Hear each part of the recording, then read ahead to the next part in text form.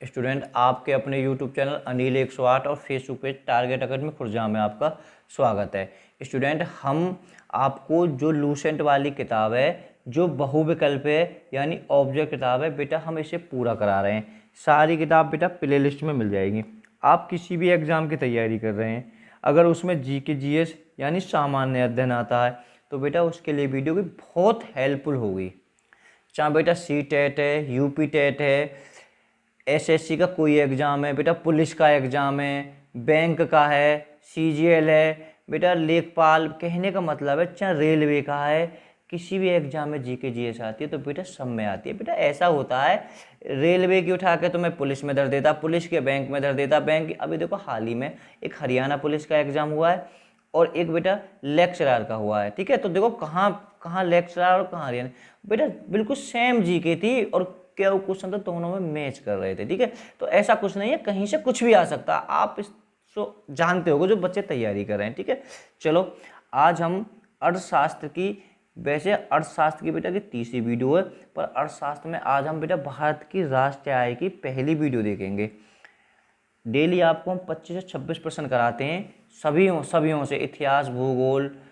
ठीक है, तो सब प्ले लिस्ट में मिल जाएंगे। देखो बेटा पहला प्रश्न, भारत की राष्ट्रीय आय का सर्वाधिक योगदान, फंसना मत, सर्वाधिक योगदान होता है 20 का हो जाएगा बी निर्माण क्षेत्र का। ठीक है, बी निर्माण क्षेत्र, मैं अभी बता दूंगा बी निर्माण क्षेत्र क्या होता है।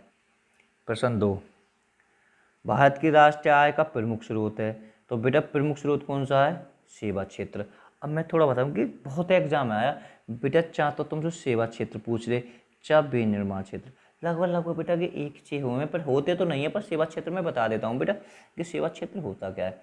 अगर हम कोई भी कार्य करते हैं ठीक है, वो सेवा में आ जाता, कोई भी करें ठीक है, तो वो होता है, मतलब जैसे मैं टीचिंग करा रहा हूँ, ठीक है, गैस सेवा हो गया, बढ़ई का काम होता है, ठीक है, लोहार का काम होता है, कहने का मतलब है कोई कैसा भी हो काम करे बेटा वो सेवा क्षेत्र में आता है। तो अगर हम कोई भी काम करते हैं तो बेटा हमें टैक्स देना पड़ता है। ठीक है, तो भारत की राष्ट्रीय आय का प्रमुख स्रोत के कुछ भी कर लो, कुछ भी A to Z सब में टैक्स आपको देना पड़ेगा। 3%, योजना काल में राष्ट्रीय आय में किस क्षेत्र का योगदान घटा है? किस क्षेत्र का योगदान घटा है? तो बेटा कृषि का घट रहा है। ठीक है, बढ़ काय का रहा है? बी बढ़ रहा है इसका, विनिमय क्षेत्र का।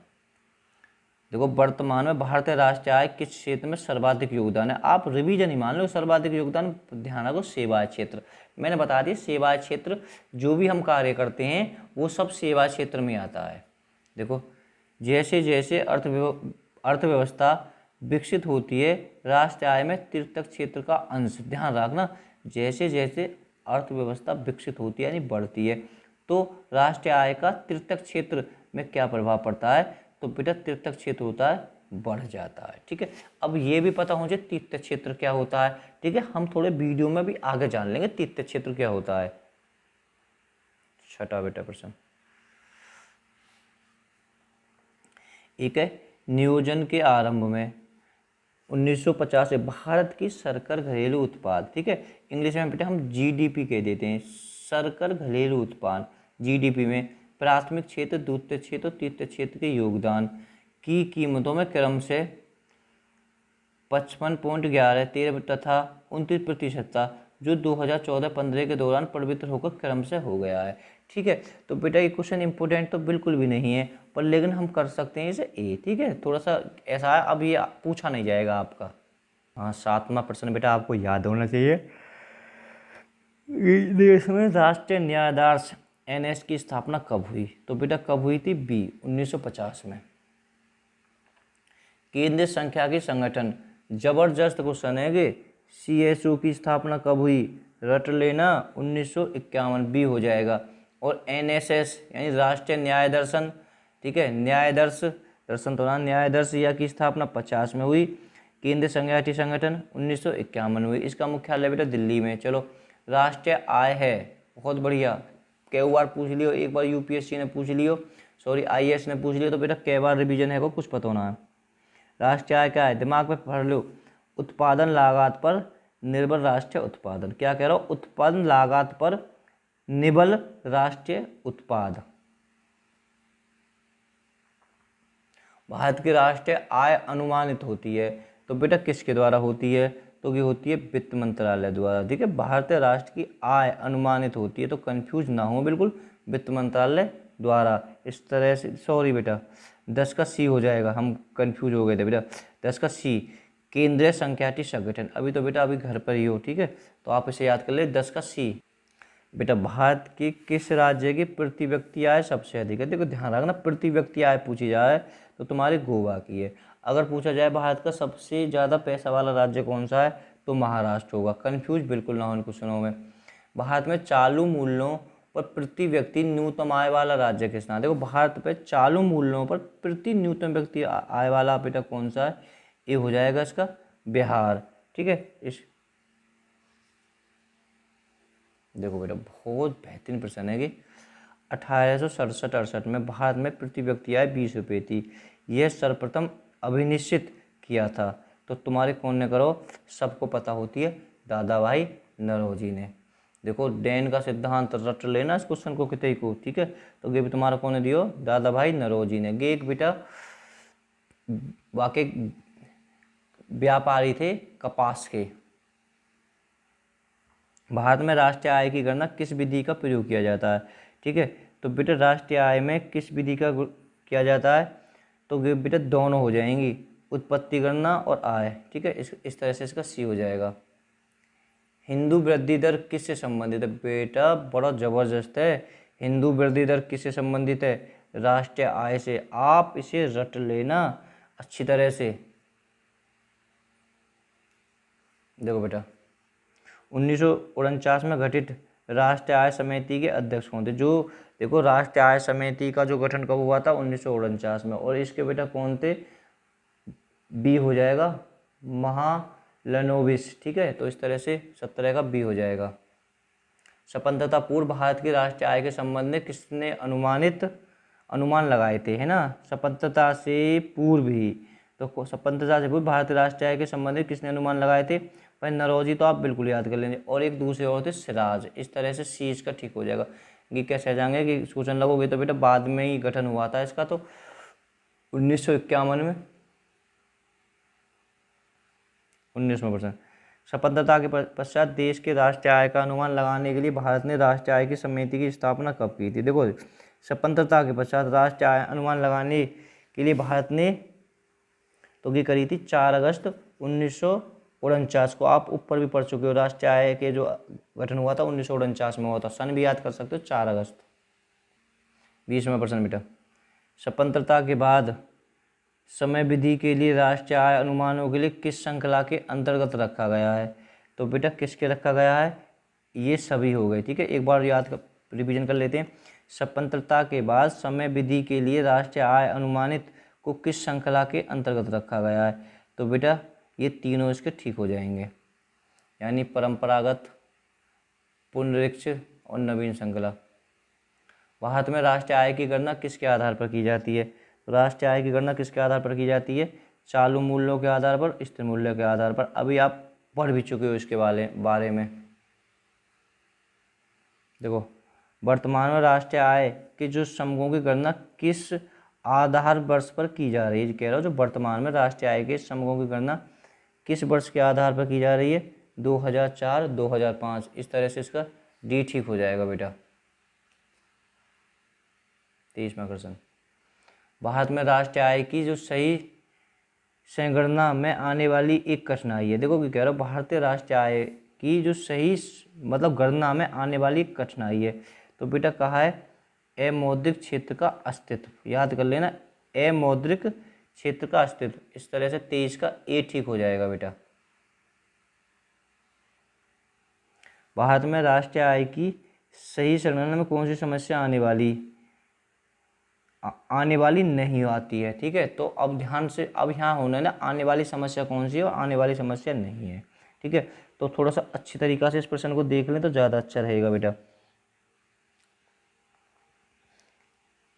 पर्याप्त और सही संख्या विधियों की कमी, बेटा देखो ये नहीं है, बाकी जन सहयोग इसका ए हो जाएगा, ये नहीं है। देखो क्या कह रहा है, भारत की राष्ट्रीय आय का जो गणना का मतलब पूछना है, गणना में समस्या सामने नहीं आती है, तो बेटा पर्याप्त एवं सही संख्या की विधियों की कमी बिल्कुल ही है। और इसका जनसहयोग की प्रशंसा, मौद्रिक क्षेत्र का विस्थापन और निर्यात उत्पादन में कमी। ठीक है, तो बेटा ये ध्यान रखना, ये समस्याएं हैं इसकी। क्या क्या समस्याएं?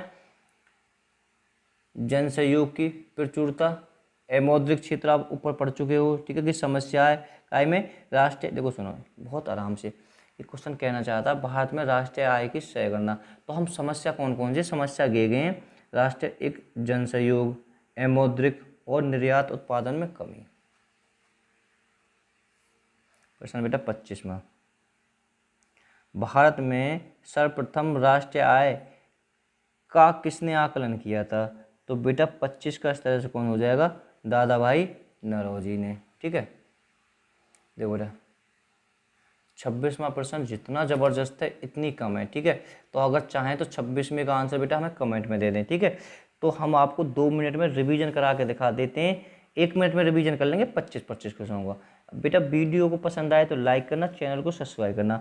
मैं बताऊं बेटा कि वीडियो हमारी सारी आपको प्ले लिस्ट में मिल जाएंगी। ठीक है, प्ले लिस्ट में जाएं, अगर प्ले लिस्ट के बारे में अगर नहीं जानते तो किसी से भी जानकारी ले लें। ठीक है, किसी से तो नहीं, 50 से 60% बेटा बच्चे जानते हैं प्ले लिस्ट के बारे में। वहाँ जाओगे प्ले लिस्ट, अगर उस पर क्लिक करोगे तो उस पर सपा सपा हिंदी में लिखा हुआ होगा लूसेंट, मतलब अर्थशास्त्र की लूसेंट। अगर उस पर क्लिक करोगे तो पूरी अर्थशास्त्र की वीडियो आपके नज़रों के सामने हाजिर हो जाएगी। पहला प्रश्न देखिए बेटा, भारत की राष्ट्रीय आय में सर्वाधिक योगदान है। सर्वाधिक योगदान किसका? बी हो जाएगा इसका, विनिर्माण क्षेत्र। राष्ट्रीय आय का प्रमुख क्षेत्र सेवा क्षेत्र, बी होगा इसका भी। तीसरा प्रश्न बेटा, योजना काल में राष्ट्रीय आय किस क्षेत्र का योगदान घटा है?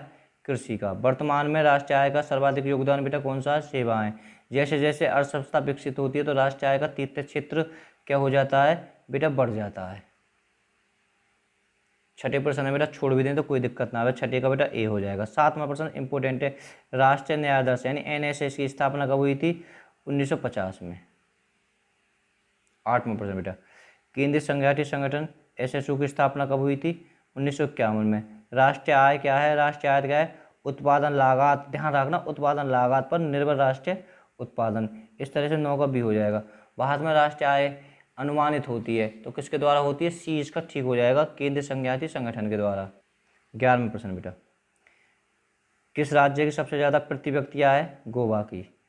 भारत में चालू मूल्यों में प्रति न्यूनतम वाला राज्य कौन सा है बेटा? बिहार हो गया है।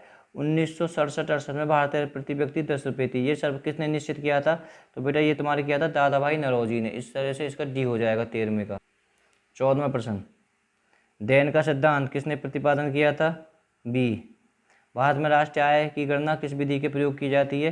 उपयुक्त दोनों। हिंदू वृद्धि दर किससे संबंधित है? रट लेना से राष्ट्रीय आय, बी इसका ठीक हो जाएगा। 17वां बेटा, 1949 में गठित राष्ट्रीय आय समिति के अध्यक्ष कौन है? बिल्कुल चंद कितने एग्जाम में आ चुको, बी हो जाएगा इसका। स्वतंत्रता पूर्व भारतीय राष्ट्र के संबंध में किसने अनुमान लगाया था? स्वतंत्रता से पूर्व तुम्हारे नौरोजी और सिराज ने लगा दिया था। स्वतंत्रता के पश्चात देश में राष्ट्रीय आय का अनुमान लगाने के लिए भारत की राष्ट्रीय समिति की स्थापना कब हुई थी? ए इसका ठीक हो जाएगा, 4 अगस्त 1949।